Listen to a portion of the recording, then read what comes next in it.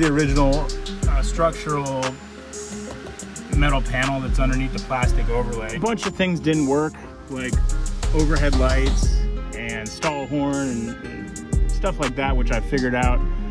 I've had a lot of loose ends, things that weren't connected, so I've traced those out. That should help.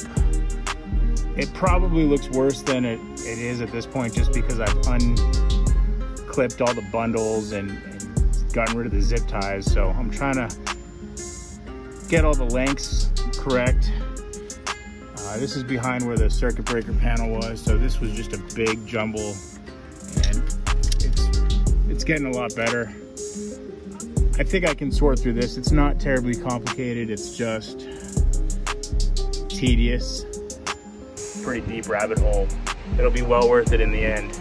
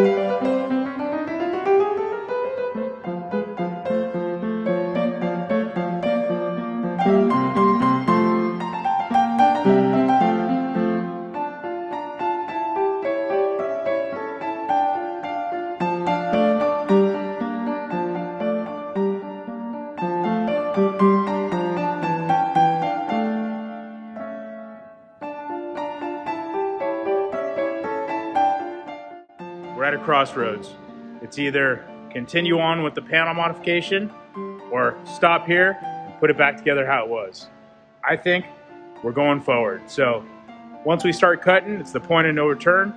Let's get to it. Today's kind of exciting. We're cutting out the panel. All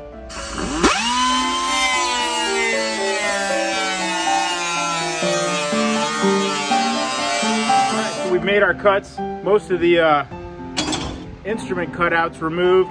We left all the structure. No integrity's been lost in terms of strength. Now we just need to go up and clean the edges and make it nice so that we don't catch our hand or get cut when we're working inside. We're still gonna have to do some more trimming, I'm sure.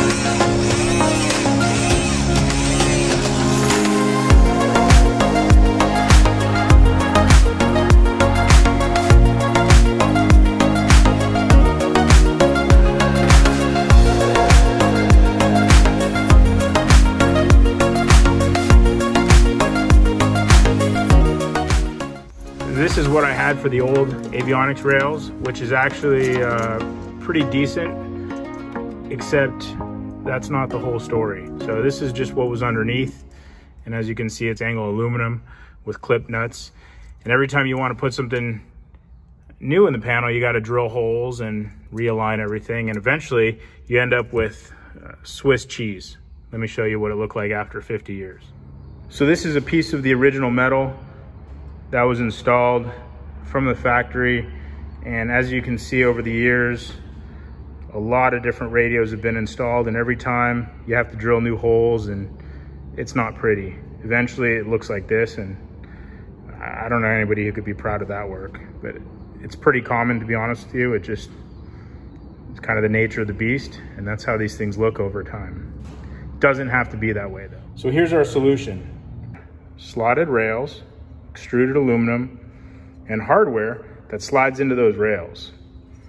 And that hardware is stacked up such a way that once it's in the rail, it doesn't slide around.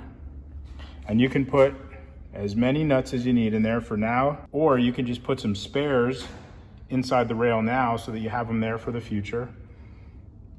Anytime that you want to rearrange the avionics or upgrade the panel, you don't have to worry about drilling holes ever again. You've got these rails, which will be structurally mounted in place, and you can reconfigure with infinite configurations and never have to drill holes ever again.